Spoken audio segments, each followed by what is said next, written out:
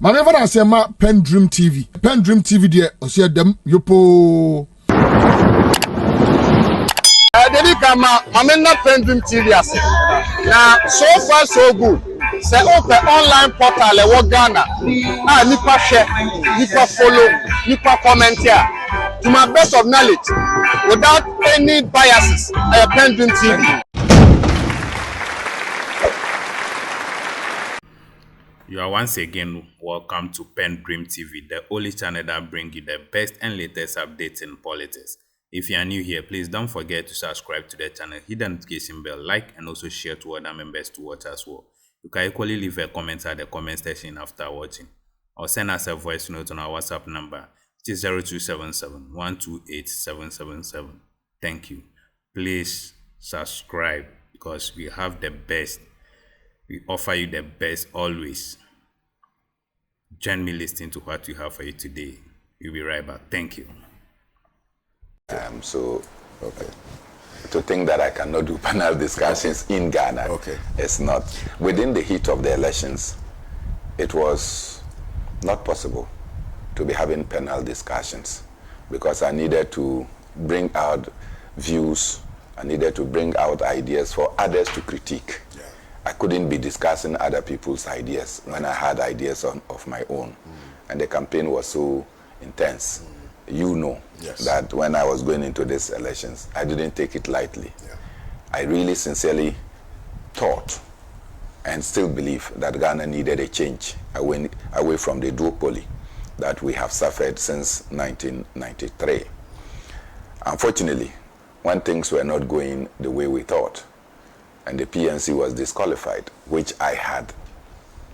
In fact, I wept over because it weakened not my person, but it weakens my thinking throughout that a party that had been the vanguard, part of the genesis of the return to multi-party democracy in 1992, led by former President Hillary Liman, led by Dr. Edward Mahama. I did not work for Hillary Liman, but I worked for Edward Mahama for the long period that he was presidential candidate of the PNC. And within that period, I can tell you that the bulk of the work of filling and filing for the nomination of the presidential candidate was done by me. I worked for Hassan Ayarga, and I worked when Dr. Edward Mahama returned as presidential candidate.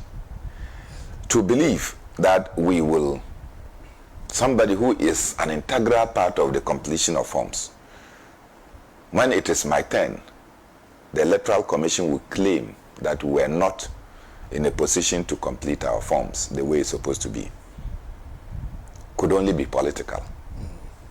It could not be born out of the fact of anything. And you see, I've repeated this, that when I met Minister for National Security Kandapa, and we had lofty discussions about the future of Ghana and my contest as presidential candidate for the PNC, I knew that he had some interest away from me. And so I told him that the candidate of his choice and the choice of his party will not win the PNC primaries. Conclusive, he told me that, so will I be on the ballot? And I said, of course. I will win the primaries and I'll be on the ballot. But you see, there is a saying that what the old man sees sitting down, if you climb the tallest tree, you will not see. And so when he said that, until the EC announced my disqualification from the race, it never came to me that there was an agenda to get you out of the race. It broke us. It undermined not my person, but also the many people who hoped that my candidature would lead them into parliament, because they knew that I would offer robust support for their parliamentary intentions. And so going around to the constituencies was to They knew. Some people just came into the race because I was presidential candidate, so that they could contest parliamentary. Now, how are you going to campaign? Having campaigned myself on several occasions to go to parliament, I know what it means when you are not an independent candidate, contesting on the ticket of a party, and party candidate or presidential candidate doesn't even show up in your constituency. You are seen as not important. But here it was. You go and finish campaigning, then, as they will say in Chi, a crack and say, more presidential candidate. I go to communities, and when I finish campaigning, then they ask me, what is my position on the ballot? Then I say the EC has disqualified me, but vote for my parliamentary candidate. You see that it didn't gel. Yeah. It didn't gel. So that disqualification did not just impact me, but impacted over the 30 parliamentary candidates that I filed. Before I let you continue, you spoke quite sadly about from your perspective, some political interferences. Is it born out of the discussions you had with Kandapa that led you to that conclusion that perhaps it was political? I have some francophones. Or there are some other I have some francophones. You may want to share with us. I have some francophone friends, and you know some of them, because of my Pan-African outreach. So at one point in time, in France, where Akufo-Addo is said to have built a mansion or a palace, some of the leaders who were willing to work with me met the president himself and said, oh, they have this young Pan-Africanist. They think that he should do well, but they just realized that I've been disqualified if he could do anything. He told them that no, that man will not be on the ballot. Wow. Yeah. So this was a decision that was taken. Yeah. So when he told them, they did everything and said, look, they can create a relationship so that me and him can meet. So they insisted, my attitude. And I said, my destiny can be delayed, it cannot be denied. So when they insisted, I placed a call to the president. There was no response. I sent a message. Till this morning, there has not been a response. Okay. And so to that extent, it didn't come to me as a surprise, because there was an outside discussion with some of my comrades. And so I have no illusions whatsoever that our disqualification was mastered by President Akufo-Addo and then executed by Jean Mensa. Let's look at the reasons assigned by the EC for your disqualification. What were the reasons which were assigned? The first one, which, of course, aside your presidential candidate, Alan, the presidential candidate of the New Patriotic Party, Bawumia, and that of the National Democratic Congress, now President John Mahama. It was only these three presidential candidates whose forms the Electoral Commission found no error. Okay. All the other candidates. All the other, they were 13, I believe. No, we were 23. 23. In fact, 24. Okay. So the others all had issues. Wow. All of us. And I sit close at a place where I am advantaged, that I get to know what problems and challenges each of the candidates, the EC said they had. Yeah. And in our instance, they told us that there were incomplete particulars of our supporters on 7 pages of a 43-page document. I'm sure you know the document. And that incomplete particulars, so we sat down, incomplete particulars, I don't want to mention the people the people that worked around me were not pushovers. Yeah. Doctors, professors, people who are distinguished themselves in civil society organizations, many lawyers, as you know. So they were distinguished personalities. People see me as me. But sometimes what I am saying is born out of And that's one thing I like about you, the fact that you actually listen to advice and criticisms and you include it in whatever it is that you present. That's one I can contest. So many people just see Bernard Morna, but they don't know that there is a weight behind. Yeah. I get inputs from professors, from varied group of people. Yeah. And I'll tell you that this is a red line I will not allow anybody to cross. Right. Before we come to the election proper, I just want us to discuss a few things which happened within the PNC. Yeah. People are saying that there's some deep crack, within the crater of the PNC. And that also is a reason why perhaps, the party is not in the proper footing. Particularly because the discord between Nabila, what's her name, Janet Nabila, and the party. She broke away, went and formed PMP, and clearly all these other attending matters, perhaps, is what give birth to the disqualification that we are talking about here. Well, that had nothing to do with our disqualification. Okay. Alan broke away from the New Patriotic Party. Yes. It did not lead to the disqualification of Mahmoud Baumia. Right. Neither did it lead to the disqualification of Alan Chirimanteng. But do you think you can reconcile that to the crack? There's no doubt. All right. It was the problem even had gone beyond Janet Nabila. Okay. Of course, Janet decided that she was going to move. I have been talking to her and saying, look, we need to work together. Let's find a way to reconcile our differences. After all, Kwame, in our mouths is the tongue and the teeth. Yes. Sometimes, in an attempt to chew something, and you bite your tongue. Yeah. It's not a comfortable experience. Yeah. But you don't cut the tongue, neither do you remove the teeth. They have to find a way to coexist. And so that has always been the way I go about my things. But what's in this instant is that, look, me, I went for elections in 2020. As sitting national chairman, I lost. I took it in my strides. I went to my farm. I started doing my farm work. I took to my sports. I started doing my sports work. I took other issues on myself and I started working. But in 2024, when David Apastora lost, he said over his dead body. I saw some of the videos. It was not pleasant at all. Not over his dead body. He will not concede. And look at how tight he pushed us. Even without the authority, Congress committee chairman had authority to do things. He pushed us until 7 September. That we just had to bulldoze to get our Congress done. 9 September, EC was receiving nominations.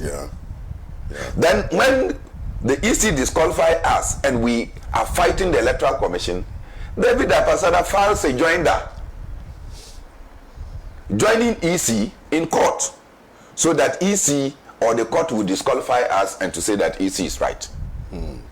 3 of our distinguished party members. What became of that case? Well, they decided to throw away the joinder, but the judge took the thing and said, there is a joinder before me. No, I understand the joinder, but I mean, in respect to, I don't even care about the joinder. I mean, these are political matters. But in the respect of the decision of the DEC to disqualify. So we went to court, and the High Court decided to rely on the first issue I was talking, that incomplete particulars of our. So when we've completed the particulars of our supporters, and we ratified, it is a date of birth that was not put. It is one name, because the forms are filled in quadruplicates. So in the 3rd form or the 4th form, you may omit something. So you quickly corrected them. We did those adjustments. And in fact, as Dr. George Akanlock will say, they even identified other errors that the EC did not. And went through until they were satisfied. And then the forms were resubmitted to the EC. So when they did, they had no doubt that everything was in order. Later, when the EC was going to announce the so-called qualified candidates, the EC, after my lawyer Raymond Atugba, Professor Atugba, wrote to them, and all these people were putting a lot of concrete policies for us, wrote to them to tell them that they are hearing, and some people have received their letters. We have not received our letter. The EC was now announcing and sent me a letter telling me that the IT and Technical Committee of the Electoral Commission detected several errors and omissions, and therefore the EC disqualified. I see. Now, several errors and omissions, Kwame. What are they? When you say several errors and omissions, without stating which particular ones, it can only be foolish. Yeah. To assume that several errors and omissions mean something. Yeah. As somebody who is a commerce and accounting student, errors have names. They must be particularized so you can get to know whether it is data entry error, for instance. It is error of transposition, for instance. It is error of, what do we call it? Omission. Or it is error of, what do we call it? There are about 10 errors that you can identify. So if you don't specify that error, then it means that you are not ready. And my letter is like a template to all the other persons that were disqualified. So they just identify several errors without particularizing. And so if there were errors on my form, it couldn't be the same errors on the PPP form. Yeah. So do you think on the basis of the non-description of the errors that the EC claimed to have found in your documents, you would agree with others when they say the EC is incompetent and therefore the EC must leave? If you say the EC is incompetent, it's an understatement. Okay. The EC had taken a partisan position in a contest involving many. The EC, what are the qualifications to contest for presidential elections in this country? One, you must meet Article 42 of the 1992 Constitution, which says that you must be a citizen to have vote, to get registered onto the voters register. Yeah. And to be so, you must be 18 years and above. And in the case of presidential elections, you must be 40 and above. And you must also meet Article 62 of the Constitution, which also further says that after meeting all the requirements of Article 42, one, you still must be a Ghanaian. You must be of sound mind. Three, you must have discharged your tax obligations to the nation. Yeah. Kwame, these are the very requirements. Yeah. Now the EC goes ahead to add further things. And the further things include, you must not have any criminal record. And I can tell you sitting here that none of the presidential candidate aspirants, they only feel that they don't have criminal record. That I took the responsibility, went to the police to get a certificate. To let the police check whether I have any criminal record. And the police did. It's sealed and sent to the Electoral Commission, but know that this is Bernard Morna. I found a way to have a copy to get to know what is inside there. And I also made my running mate to do the same. We presented our tax clearance certificates. Akpalu did not have tax clearance certificate. Do you understand? And yet they are qualified. Now, what is the obligation of a citizen when that citizen does not honor his tax responsibilities? We did. And so the EC took a very MPP position against allowing a fair and level playing field for all other candidates. Let the citizens choose who they want to be president. Don't sit down in your office and machinate it. And see, on the day of our filing, for instance, the British High Commission visited me. And I told them that I was just on my way. So in my office, that you know well, we had about a 1 hour discussion. Many issues came. And then they said, how are you going to relate with the British people? I said, the British people might just know that we are not, and we are no longer a colonized people. We are an independent people and we want to do things independently. Ghana will not do anything to undermine the British, and we don't expect that henceforth they should do anything to undermine us. We will not cheat them and they should not also cheat us. Then they said they will not cheat us. I said, yes, I understand. How many Ghanaians apply for British or UK visas? How many of them get visas? They don't get their money back. And so I think that if you go to buy something and it's not given to you, you should get your money back. Yeah.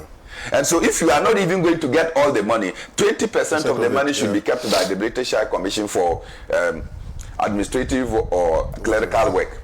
But the 80% must be returned because they were coming to virtually buy a visa. Yeah. And you did not give them the visa. Yeah. Return their money to them. Yeah. And I can see a lot of Ghanaians come there. I said, so these are some of the things I consider as cheating the African and the Ghanaian people. We spoke. In the end, I said our natural resources must be vested for the people of Ghana, not through some orchestrated Bretton Woods institutions that come to tell you sell off this asset, sell off this asset. So we want to take control of our natural resources so that we can escape the paradox that Kwame Nkrumah spoke about. Yeah. That our earth is rich, but the products of the earth rather enrich other countries and impoverish us. So to that extent, I spoke this way and went. So I was convinced beyond doubt. And Kwame, one of the policies before you became running mate that we're trumpeting was to take a Ghanaian language as our lingua franca. And I didn't mean swear saying that Twi will be our first language, Hausa second, and other languages will follow. Today, I'm vindicated, isn't it? Parliament is trying to do what I promised I would have done as president. In their microwave, they are allowing people to start to speak whilst they are thinking about how to get interpreters to ensure that our parliament is not just grammar speaking parliament, but that we can speak our language and exact understanding from it. Okay, well, point well explained. Now, my final question on the pre-election, and then we move to post-election, is on the basis of all the things that you have seen and experiences that you have had relative to the conduct of the Electoral Commission as a body, do you think that perhaps we need to change this Electoral Commissioner and help people? She is still at post. And then we will have a reform that will define how electoral commissioners perhaps are either elected or appointed. Do you think we should get to the point where, you know, that should be the order of the day, in order that we can eschew partisan politics, as you've described it, from the body that conducts election, which is supposed to be free and fair? Do you think that this electoral commissioner ought to go? I am surprised that after her it is finished speech, she's still at post. I'm very, very surprised. This Electoral Commission said that the NDC was a threat to democracy. The NDC has won. Why are you here when a political party that is a threat to democracy is in power? You should not be in charge. You went out opening your mouth, talking anyhow, attacking political parties and personalities, thinking that by being Electoral Commission, you have a hammer or you are a bulldozer, you can bulldoze everybody. And the people's verdict did not respect your useless talks. And you are still at post. Look, we political parties, take this from me, KOD. Do you know that by 9 p.m. of 7th December, I just went to my bedroom to go and sleep. I was in the midst of 3 chiefs who were sitting down in my house in Sankana. And all of them were eager to know the outcome. Don't forget that 3 days to that election, I was involved in a fatal accident. Myself, my running mate, the the national chairman and the general secretary. We were campaigning with John Mahama, and the dusty nature of the road, one of the cars ahead of us stopped, and now 3 cars, boom, boom, boom, and I was in the middle. So the first hit, I was there. Second hit, the impact was on us. So when the news spread, my chiefs were like, what is happening? They were terrified. I got to Sankana on 6th of December. After I left the hospital and all that, we got there. So most of the people came to just watch. So when we went to cast our vote and we came back, the vote started. Of course, Sankana. There were 21 MPP agents at every polling station. They got 14. Even their agents didn't vote for them. Yeah, they got 14. Interesting. And the 14, we could count them. Yeah. We knew them. We knew who and who would vote because we know how they have been. And as for them, they will not change. We knew. But when we made the call, the people responded that if we will be disqualified, wherever we are throwing our weight, they will go. Okay. So let me conclude on this. So for Jean Mensa, Bossman, to continue to be in office at this time, it doesn't augur well for the image of the Electoral Commission. I think they should go. Let's clear. And Kwame, let's assume they don't go. You, Bernard Morna Ambatayila, I wanted to file a petition. As an interested party in this whole democratic experiment, particularly because you were disqualified for no reasonable cause. And that is why I just want to find out from you that in the event that they refuse to leave, because a petition was already before the president, and I have read that petition. Okay. And I hope that it was delivered to the presidency. If it was delivered to the presidency, I will be shocked to the marrow. Why President Akufo-Addo has not, President Mahama has conveyor belt of this matter, because as we were told by Akufo-Addo, you cannot do anything, you only push it to the judiciary. And the outcome is what you are going to act on. President Mahama should pass on the petition to the judiciary. And let's see how the judiciary will respond to this situation. Okay. Otherwise, the number of petitions that President Mahama will receive, he will run out of the office. You're still watching a special interview with the flag bearer and leader of PNC, Excellency Comrade Bernard Ambatayila Morna. We're talking generally the conduct of the Electoral Commissioner and her team prior to the 2024 elections. I think that succinctly he has been able to explain to us what really occasioned and what characterized the whole conduct of the 2024 elections. He's explained to us how his party was disqualified. He's explained to us how he believes the disqualification arose out of a political machination, in his estimation, orchestrated by the president, the former president of the Republic of Ghana, and his members or some ministers, etc.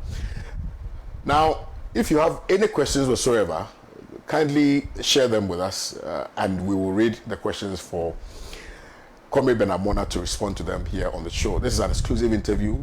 This is his major interview after the 2024 elections, and so you can share your views. You can also ask your questions, and I'll put it to him, and then he will respond to them. Let's come to the... I don't want to go to the conduct of the elections. First of all, let's look at the concession of former Vice President Bawumia when he noticed that, he was not going to win. The alacrity and the expedition with which he accepted defeat.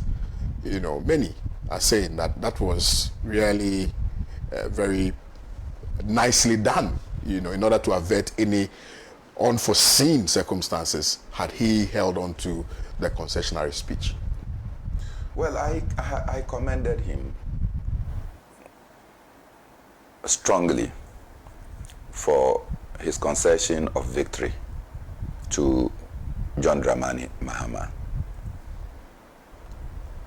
And of course, I have said time without number that John Dramani Mahama's father, E.A. Mahama, and Mumuni Bawumia, Mahmudu Bawumia's father, they worked together in the Nkrumah government, subsequently worked in the Liman government. John Mahama's father did not continue to serve other governments, but certainly Mahmudu Bawumia's father appears to have worked in every other government, including becoming the chairman of the Council of State under Jerry Rawlings from 1993 until 2000 when the NDC left power. The two of them, if you go to Tamale, their houses are close to each other, within the same location. In Accra, in Kanda, somehow their houses are close to each other. And of course, I don't know there, but I'm told that even in the United Kingdom, John Mahama's father's house and that of Mahmoud Bawumia's father are close. Somehow the children grew up knowing each other. So, but for the politics and political disagreement, which I thought that Mahmoud Bawumia initially was part of the National Democratic Congress until Akufo-Addo appointed him as running mate. So they know each other very well. So by contest, they belong to different political parties. So it was like an elder brother and a kid brother. If I win, it's the same. If I don't win, it's the same. So I was not surprised to see that kind of concession. There are some other things that I know, particularly when some of the stories that are not published, that the elder brother of Mahmoud Bawumia, Baba Bawumia, was influenced by current President John Mahama to leave his comfort in London to come to Ghana. At the words of Mahmoud Bawumia's father, that John, you have come and you have become a member of parliament. Tell your brothers to come home. And that was how come Baba came home. And then, of course, Mahmoud and others joined. So clearly, it's like it's one family of some sort. Just that we belong to different parts of the country. This one is a Gonja. This one is a Mamprusi and whatever. So that on that basis, it did not come to me as a surprise. On the second one, which I think is very crucial, is that, look, if you are a Democrat, you are a sportsman. You go in fighting. I'm sure you watch boxing. Yeah, I love boxing. Yeah. You go in fighting. And when the final bell is sounded, what do? You embrace each other. Yeah. And even if you are flawed a number of times with all the cuts in you, you come out to say, congratulations, you won. And so in this instant, Bawumia behaved the sportsman that democracy is supposed to be by coming out early to saying that, look, you won. And it was massive. Now, and by that massive outcome, and like I was saying, we who do not have the kind of sophistication that the Electoral Commission had, by 9 p.m. we knew that the elections were already gone. Yeah, we'll come to how they staggered it, but clearly, after the concessionary speech that was delivered by His Excellency, former Vice President, a lot of his party folk were unhappy that he had come out to concede. They said it was rather too quickly done, and that he should have held on for a while for them to, I don't know, do what, And so a lot of people came out to question why he did that, and around the time he did that, because, of course, maybe they had some other, machinations up their sleeves that they may perhaps would want to execute, but the man just fleed all of that by reason of his concessionary speech. Kwame, in sports, I keep referencing sports. Yeah. When the event is over and we embrace each other, our spectators fight. And they are not the important subjects. So those who were saying Bawumia should not have conceded, how important are they in the point of taking a decision as to whether Ghana should move forward or not? And so certainly some people will be unhappy. And some people are still bitter. And I see that in the minority posturing in Parliament, that they are yet to overcome the massive defeat that they suffered. And so they think that grandstanding should be the order. I grant them. But clearly, when the outcome is a decider, you cannot come and say otherwise. You are wrestling and then you are down. Your husband is on the floor. Then you get up and say that you were not beaten. You were beaten to the pulp. And in this, and then and in this instance, look, Bawumia did two great things. One, the early concession ensured that the tension that characterized the campaign process suddenly died. Right. I was sitting at a privileged position where I had security people around. Some ex-service soldiers, some ex-service police people who were all around us because they thought that there was going to be tension in the elections and the outcome, so Some ones of us needed to be guided. Yeah. So these people were with me, and like the atmosphere was charged. When the results started coming, and then they were not hearing it. Suddenly, when the vice president then came and announced his concession, you could see that all of them were deflated. Deflated, yes. The wild things that were going up, which could have caused troubles, all of a sudden died. So for me, Bawumia demonstrated statesmanship, that I went in to win. I did not win. Whoever won, it's a blessing for our nation or it's a curse. Let us deal with it. After all, when Akufo-Addo won, some ones of us knew that we were going to run into a heavy ditch. And indeed we did. All right. Now, we're going to move beyond the scope of the election and the aftermath, immediate aftermath of the election. But before we go to look at current President John Dramani Mohammed's leadership so far, you know, why did you, as a party, decide to defer to the NDC prior to the elections? Well, I was very busy campaigning for my parliamentary candidates.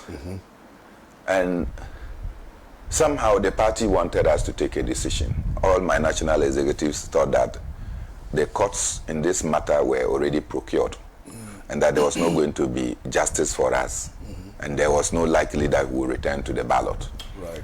And so even on my last day at the Supreme Court, I turned around and it was myself, some few friends, my running mate, and a deputy national youth organizer. They were with me. All my party executives did not show up.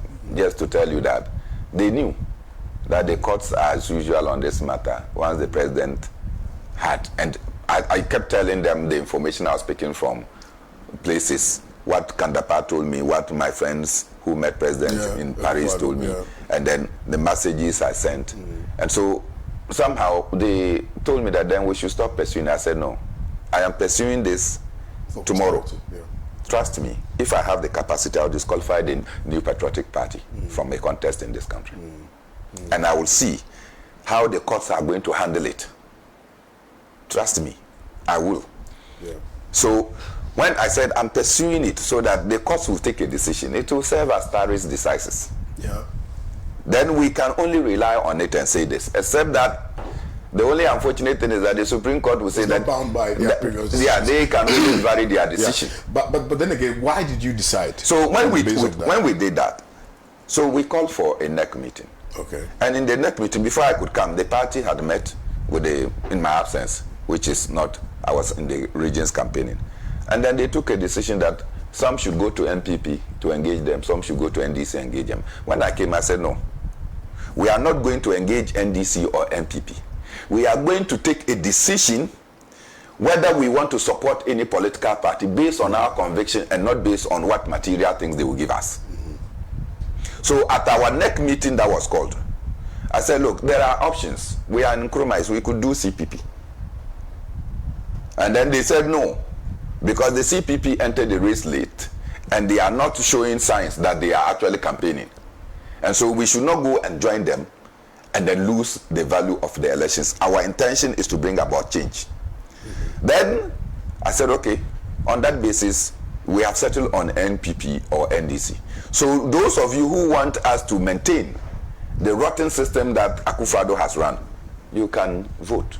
Those of us who think that we needed change, for which reason I was put into the contest, we should vote. We casted our vote. But was it not defeating the very principle that you held before you were disqualified, that you wanted to do away with the duopoly? Because obviously we wanted change first and foremost, and this is what I have said, Kwame, and I'm sure you know when I went to Uganda, and then most Ugandan young people were thinking that Robert Kyagulanyi is not worthy to become their president, seeing what Museveni, just not on the basis, and then they say that, look, they don't see him as carrying the weight. And I said, when you have rubbish, what do? You look for anything that can sweep it away. Right?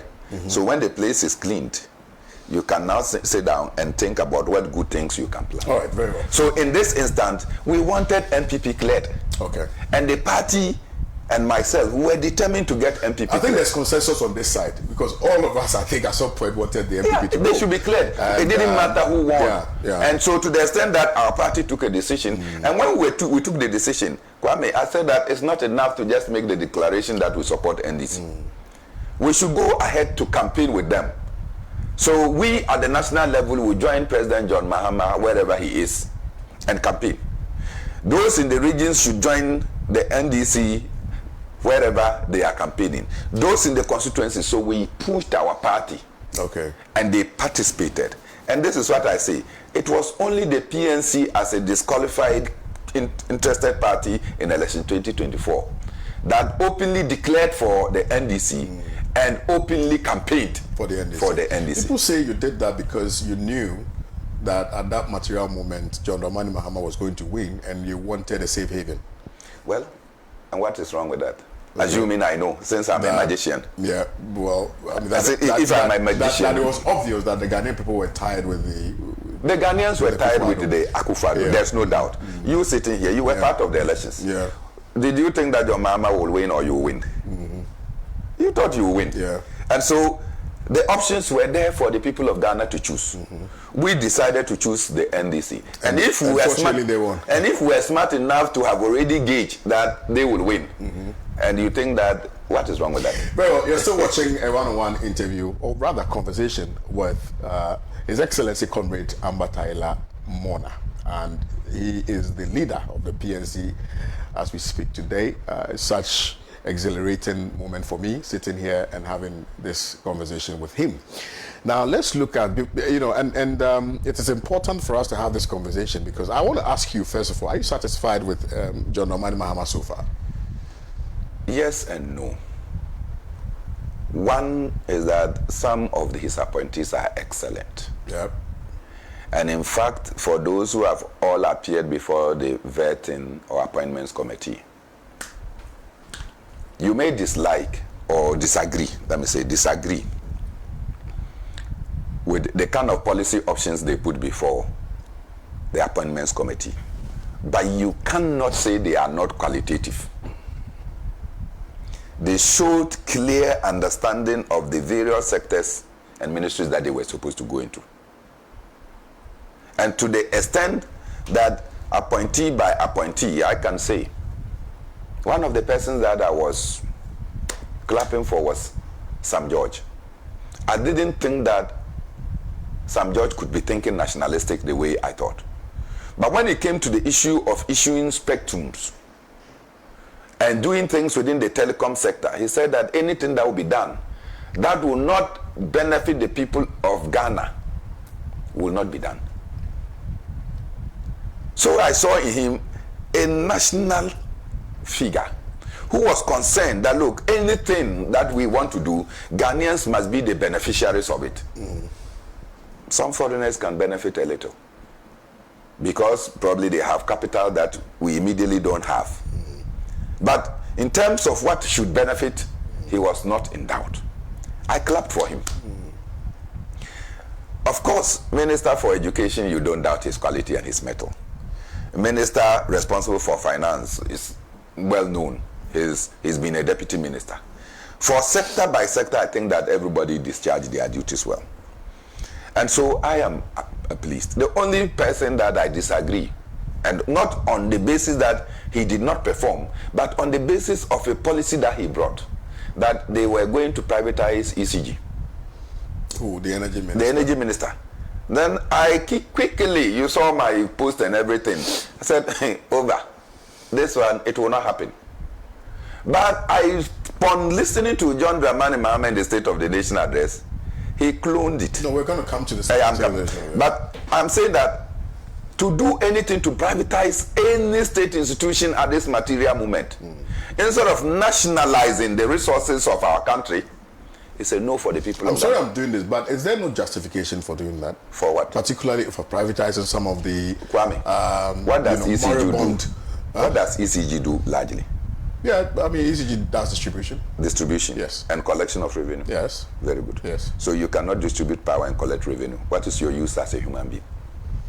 I mean, if Ghanaians cannot just say power is distributed this way and the revenues, people that owe us, we can collect the money, we are useless. But you know if we cannot do this, we are the useless. Problem is, listen, the problem is deeper than which one is deeper? Because it is that we cannot have our a inefficiency, gross mismanagement are responsible for the decadence. Right. What do you do to resolve inefficiency and gross mismanagement? Does that mean that you should auction the asset or you should introduce efficiency?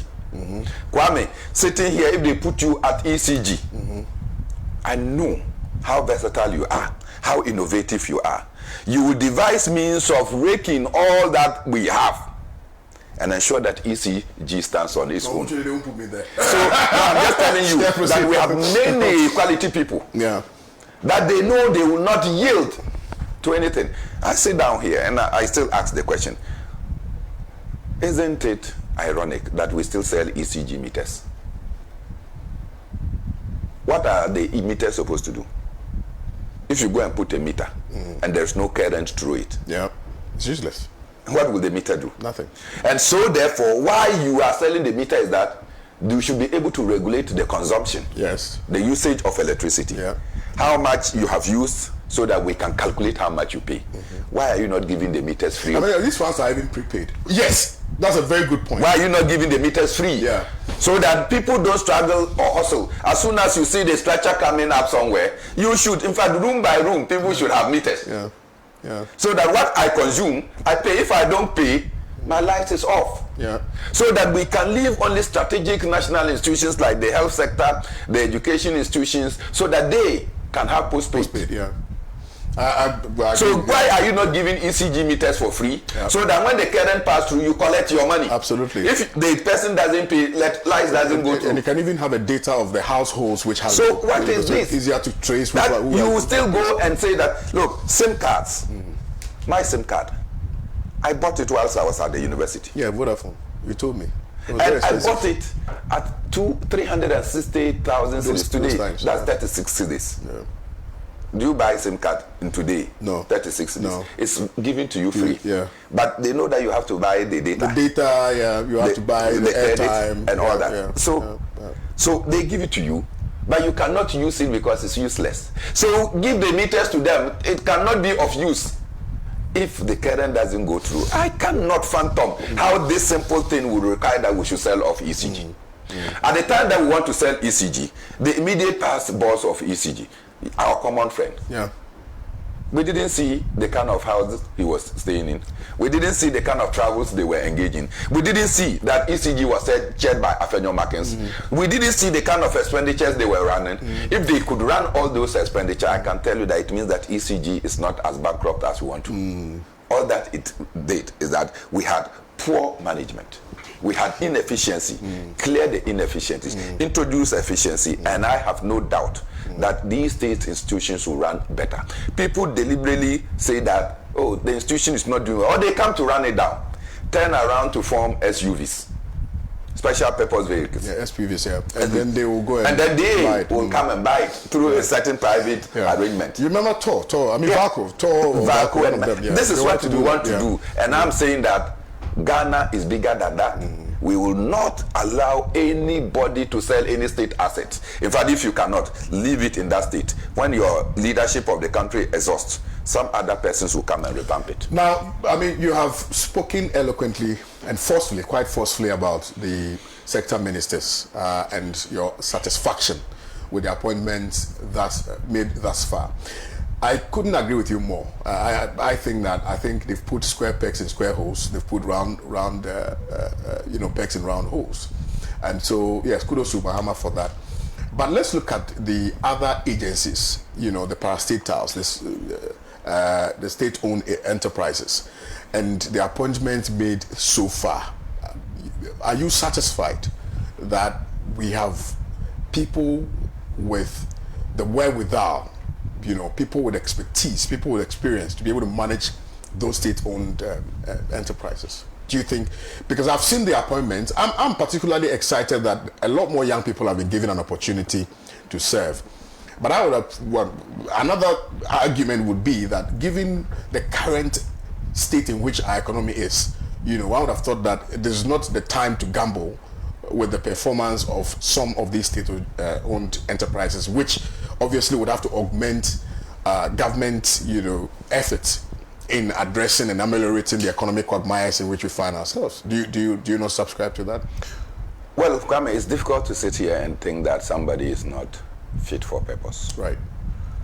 We may know each other, but we do not know our levels of competence, except to say that this morning, I think I mentioned it, I'm yet to find out what appointment has been made. Right. But it appears that when I open any of the social media handles, there's one particular appointment. There's an appointment which is in doubt. Then I try to Google. I think it's Jocelyn Duma or Dumas. Yeah. People have not specified, but that is I think the immediate appointment that I've seen. So I suspect that she may be the one that people are trolling everywhere. And I've seen very thick in the wool NDC people saying that no, this gamble has gone beyond our expectations. We should not. And when you see people that I have known have been in the trenches with us, I mean, I've not been in this democracy for just 4 years. 4 years. I've been part of parcel of it. I've been beaten. I've been arrested. I've been treated like an animal simply because I want MPP to be out of power. Then I wake up this morning and it's like everywhere there is an appointment that people are unhappy about. That should tell us that those of us who are doing the appointment must also be guided. Yeah. Because you are taking people's, look, they put their all. Yeah. Thank you for watching. We really appreciate your time on the channel and how patient you are with us and how you are helping the channel grow. We say God bless you for the good work that you are all doing for us. And to all our new members, we urge you to subscribe to the channel, hit the notification bell, like, and also share to other members to watch as well. Thank you. Debi kama Mensa PENDREAM TV ase. Now so far so good. Say open online portal e wo Ghana. Nipa share, nipa follow, nipa comment here.